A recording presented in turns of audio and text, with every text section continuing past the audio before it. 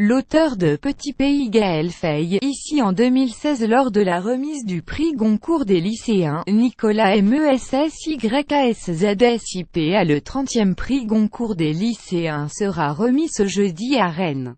Le prix littéraire est né dans la capitale bretonne en 1988.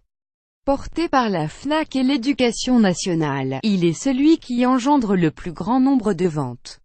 Il récompensera cette année une femme, les 4 finalistes étant déjà connus. Elles restent encore 4 en lice. Véronique Olmy, Alice Zénitaire, Monica Sabolo et Brigitte Giraud espèrent toutes décrocher le Goncourt des lycéens, qui sera attribué ce jeudi midi à Rennes. Né dans la capitale bretonne, ce prix littéraire n'avait pas vocation à devenir pérenne. Depuis quelques années, c'est pourtant celui qui génère le plus grand nombre de ventes.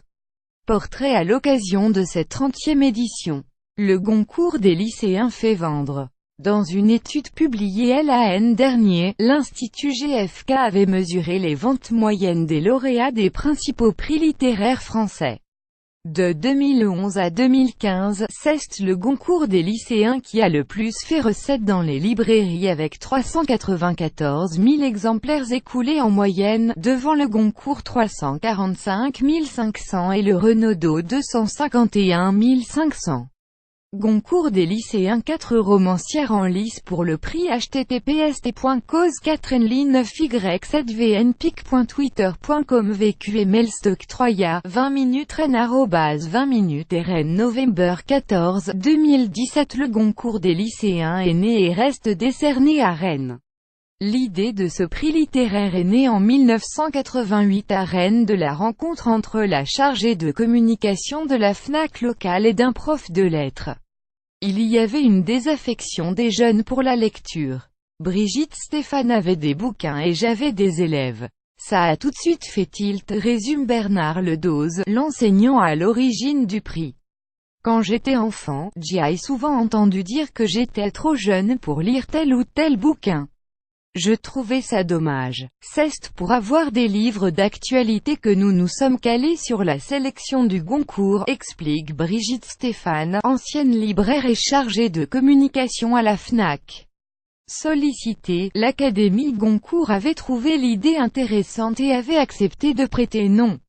Je suis fière du succès, épatée même. Le jury lycéen est indépendant, il est n'y a pas de risque qu'il soit acheté par une maison d'édition. C'est peut-être ce qui fait succès en librairie, estime Brigitte Stéphane, aujourd'hui installée à Paris. Le premier Goncourt des lycéens a été remis dans un vieux bistrot. La première année, il est n'y avait pas de règlement.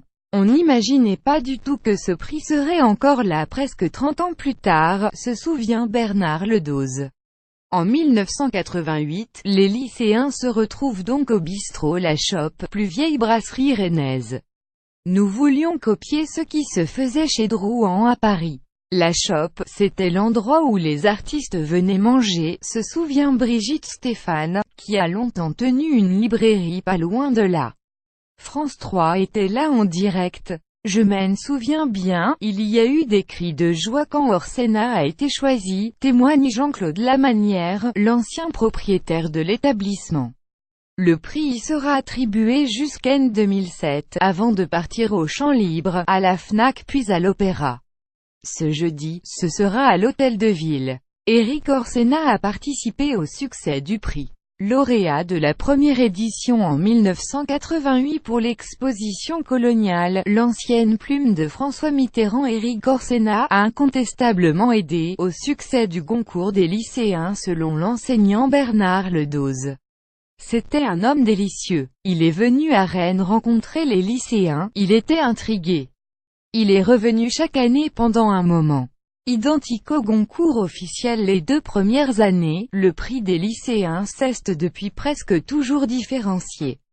La dernière fois que le choix des 2 collèges fut similaire, c'était en 1995, pour le Testament français d'André Makin.